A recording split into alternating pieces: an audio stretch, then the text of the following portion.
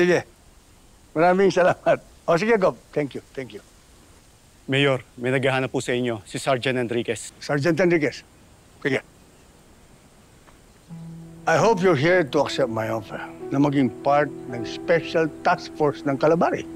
Mayor, hindi ho ako nandito para pag-usapan niyo sa task force. Oh, bakit ka nandito? Kilala niyo ho ba si Alicia Enriquez?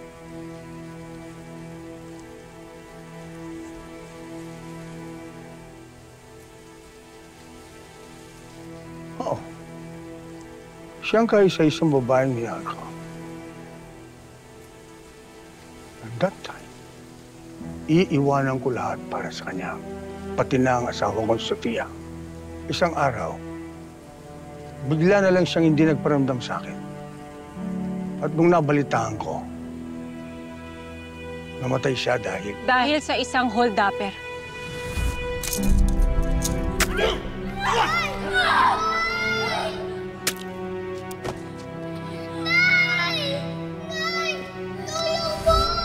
Nandun ako nung hinold up at pinatay siya.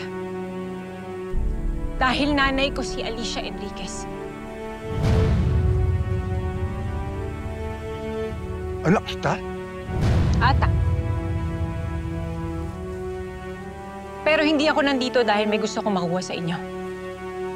Nandito ako para ipaalam sa inyo na may anak si Alicia Enriquez.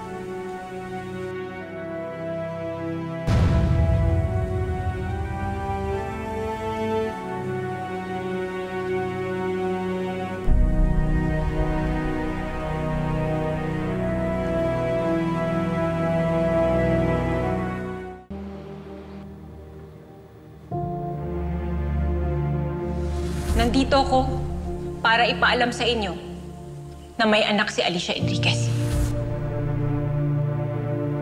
Alicia,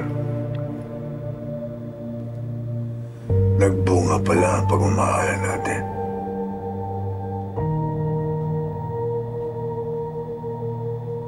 Anak ko si Bobby. Talaga, bossing! Anong kailangan nyo? Walang masakit. O nga pala, Vince. May papatrabaho ako sa'yo. Baka pwede mo pupunta mamaya. Ano ba yun, boss? Ba't si Vince lang? Bakit si Vince lang? Di ba gusto yung mandukot ulit? Subukan ninyo. Narinig pala kayo eh. Punta mo ako mamaya. Sige, boss. Uy, balatuhan mo kami dyan, ha? Uy, balatuhan Marami na ako bibigyan sa si inyo Gusto nyo, ah. Sige, mang dekwat. Mang dekwat na kayo dyan. Sasapakin ko yan. Saan natin cellphone mo na lang? Wala ka naman load eh. Oo la. Ang sabi ni Mayor, si nanay lang daw yung basta na lang hindi nagpakita.